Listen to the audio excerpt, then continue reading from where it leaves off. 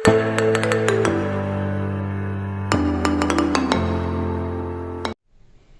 ये question paper है जो आपको करना है। आप इसे स्टिल करो, पॉज करो, इसका स्क्रीनशॉट ले लीजिए और नोट कर लीजिए। प्यारे बच्चों, आज फिर एक महत्वपूर्ण संख्यात्मक प्रश्न। किस पे? प्रकाश के अपवर्तन प्रिज्म में प्रकाश के अपवर्तन पर। तो जैसा हम पढ़ाते हैं, क्लासरूम टीचिंग करते हैं, पहला क्वेश्चन नोट करो।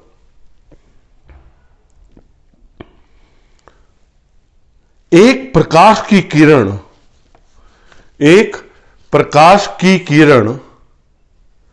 एक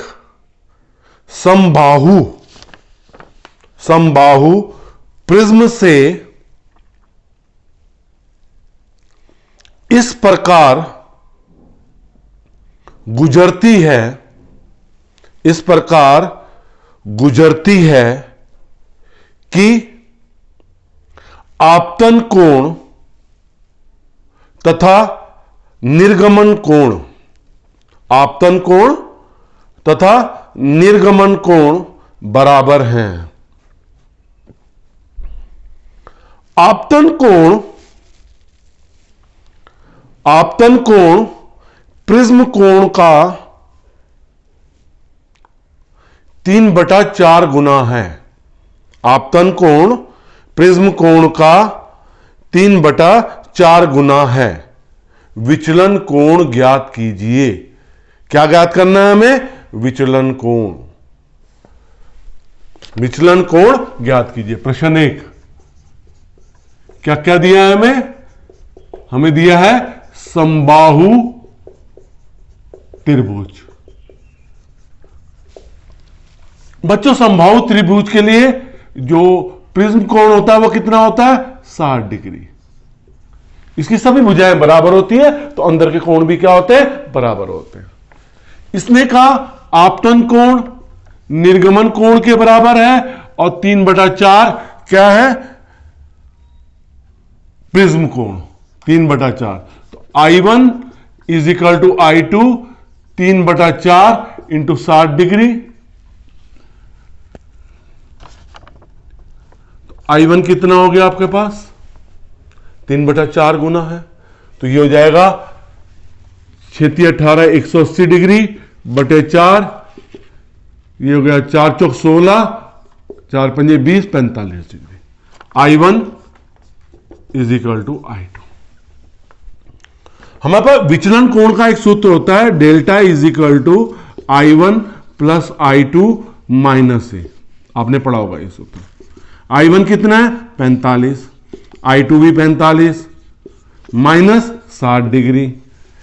90 डिग्री माइनस 60 डिग्री। विचलन कोण हमारे पास कितना आ गया? Delta 30 degree. हमारे पास समबाहु त्रिभुज में प्रिज्म कोण क्या होता है? 60 डिग्री होता है। यहां आपतन कोण और निर्गमन कोण क्या है? 3/4 गुना प्रिज्म कोण है, उसका मान रख दिया। ये विचलन कोण होता है। कौन सा होता है? विचलन कोण। डेल्टा का मान क्या होता है? I1 प्लस I2 माइनस है। अब हम अपने प्रश्न नंबर 2 पे आते हैं। नोट करो। किसी दिए गए प्रकाश स्रोत के लिए 60 डिग्री प्रिज्म कोण वाले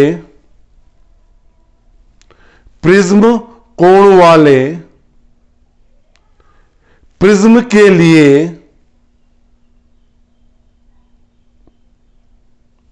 न्यूनतम विचलन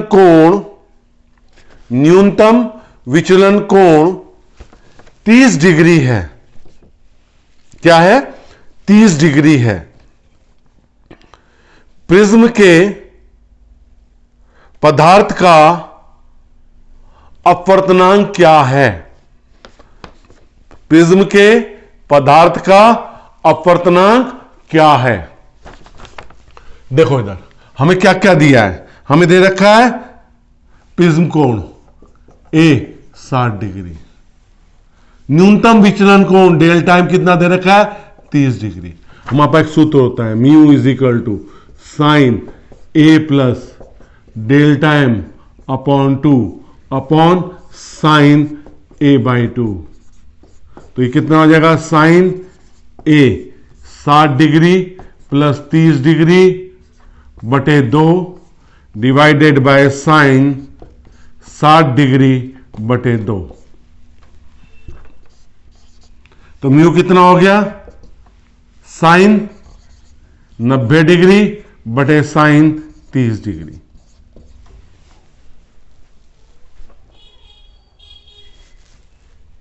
नब्बे डिग्री बटे 2, सॉरी 90 डिग्री बटे 2।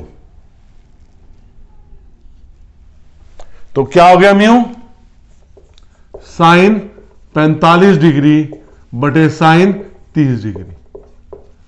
साइन 45 डिग्री का मान क्या होता है 1/√2। साइन 30 डिग्री का मान 1/2। तो म्यू कितना हो गया 2/√2। तो ये कितना हो जाएगा 2 को क्या लिख सकता हूं √2 इंटू √2 अपॉन √2। तो म्यू कितना आ गया आपके पास √2। √2 को हम 1.414 भी लिख सकते हैं। तो इस तरह हमारा द्वितीय क्वेश्चन भी क्या हो गया कंप्लीट हो गया। बच्चों जिस बच्चे ने इसकी थ्योरी की वीडियो नहीं देखी है बेटा पूरा चैप्टर उपलब्ध है, चैप्टर भी उपलब्ध है और प्रिज्म में प्रकाश के अपवर्तन का एक डेरिवेशन इंपॉर्टेंट जो डेरिवेशन हम कर रहे हैं उसके रूप में भी उपलब्ध है। तो बच्चों अभी संपूर्ण सामग्री आपको उपलब्ध होती जा रही है। कोशिश यही है कि संपूर्ण सामग्री आपको अच्छी तरह से उपलब्ध हो जाए।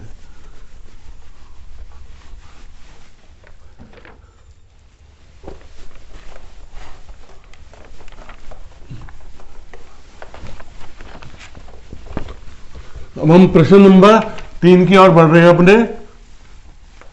ये प्रश्न नंबर 3 इंपॉर्टेंट है। एक प्रिज्म ब्रैकेट में अपवर्तनांक म्यू इज इक्वल टू 1.5, अपवर्तनांक is equal to 1.5 bracket close हो गया को न्यूनतम विचलन स्थिति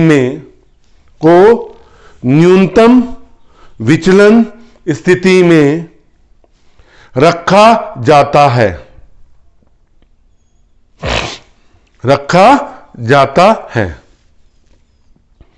यदि प्रिज्म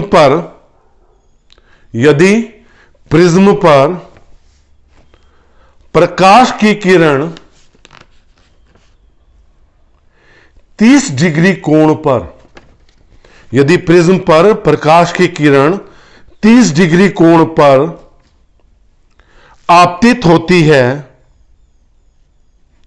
प्रिज्म कोण तथा न्यूनतम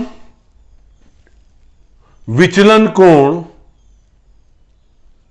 प्रिज्म कोण तथा न्यूनतम विचलन कोण की गणना कीजिए। ये एक प्रिज्म है, प्रश्न 4। यहां पे आपका एक प्रिज्म है, ये प्रिज्म है आपका। एक प्रकाश की किरण आपतित हो रही है कितने कोण पे I is equal to 30 degree पे। ये समानांतर हो जाएगी क्योंकि न्यूनतम विचलन स्थिति है हमारी। हम यही तक डायग्राम बनाएंगे। ये हमारा प्रिज्म कोण है, ठीक। हमारे पास अपवर्तनांक दे रखा है, म्यू कितना दे रखा है 1.5। ये आर के मान की हम गणना कर लेंगे। ये आर है, ये आपतन कोण है, ये अपवर्तन कोण है। तो प्रकाश की किरण ए म्यू जी दे रखा है आपको, यहां वायु है, ये कांच है आपका जिसका प्रिज्म बना हुआ है। तो ए म्यू जी का सूत्र क्या हो जाएगा आपके पास sine i upon sine r. तो साइन आर का मान क्या हो जाएगा आपका sine i upon a mu g. चलें आगे। तो साइन आर कितना हो गया, साइन आई कितना है साइन 30 डिग्री। एम जी का मान 3/2, 1.5 को हम 3/2 आसानी से लिख सकते हैं, कोई दिक्कत नहीं। तो साइन आर 1/2 साइन 30 डिग्री का मान कितना होता है? 1/2। इसका मान कितना हो गया? 3/2। 2 से 2 कट गया तो साइन आर कितना आ गया? 1/3। 1/3 मतलब 0.3333, यही होगा। तो आर का मतलब क्या हो गया? आर कितना हो गया? Sine inverse 0.333। इसका मान क्या होता है? 19 डिग्री 28 मिनट। अगर उसमें टेबल में देखोगे 19 डिग्री 28 मिनट, किसका मान आ गया? आर का मान आ गया। अब हम बात कर रहे हैं किसकी? न्यूनतम विचलन स्थिति की। न्यूनतम विचलन स्थिति में डेल्टा एम 2i माइनस ए, एक सूत्र होता है। ए कितना होता है? 2r। तो पहले ए निकाल लें, 2 19 डिग्री 28 मिनट। तो ए कितना हो जाएगा? अगर मल्टीप्लाई करेंगे कितना आ जाएगा? 38 डिग्री 56 मिनट। और डेल्टा एम कितना हो गया? 2 38 डिग्री 56 मिनट माइनस 60 डिग्री, कितना है हमारा? ए कितना आया? सॉरी, आई 2i है ना, 2i। 2 कितना है? आई कितना है हमारे पास? 30 डिग्री। और ये कितना हो गया? 38 डिग्री 56 मिनट। डेल्टा एम हो गया 60 degree minus 38 degree 56 minute. Minus करो, कितना आएगा?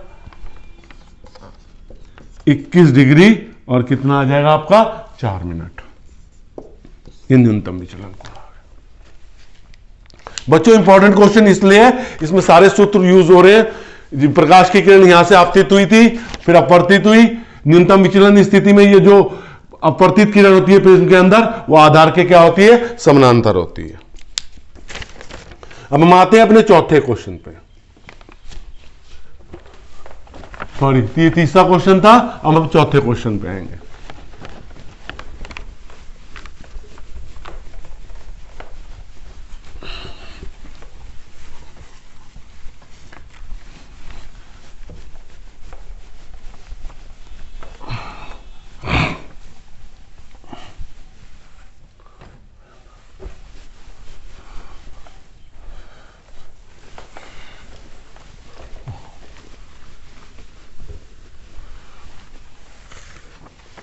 लिखो क्वेश्चन नंबर 4। यदि कांच के एक पतले प्रिज्म को जल में डुबो दें तो सिद्ध कीजिए कि प्रिज्म द्वारा उत्पन्न प्रकाश का न्यूनतम विचलन वायु के सापेक्ष 1/4 रह जाएगा। 1/4 रह जाएगा। दिया है a mu g 3/2 is equal to 3/2, a mu डब्ल्यू इज इक्वल टू 4/3।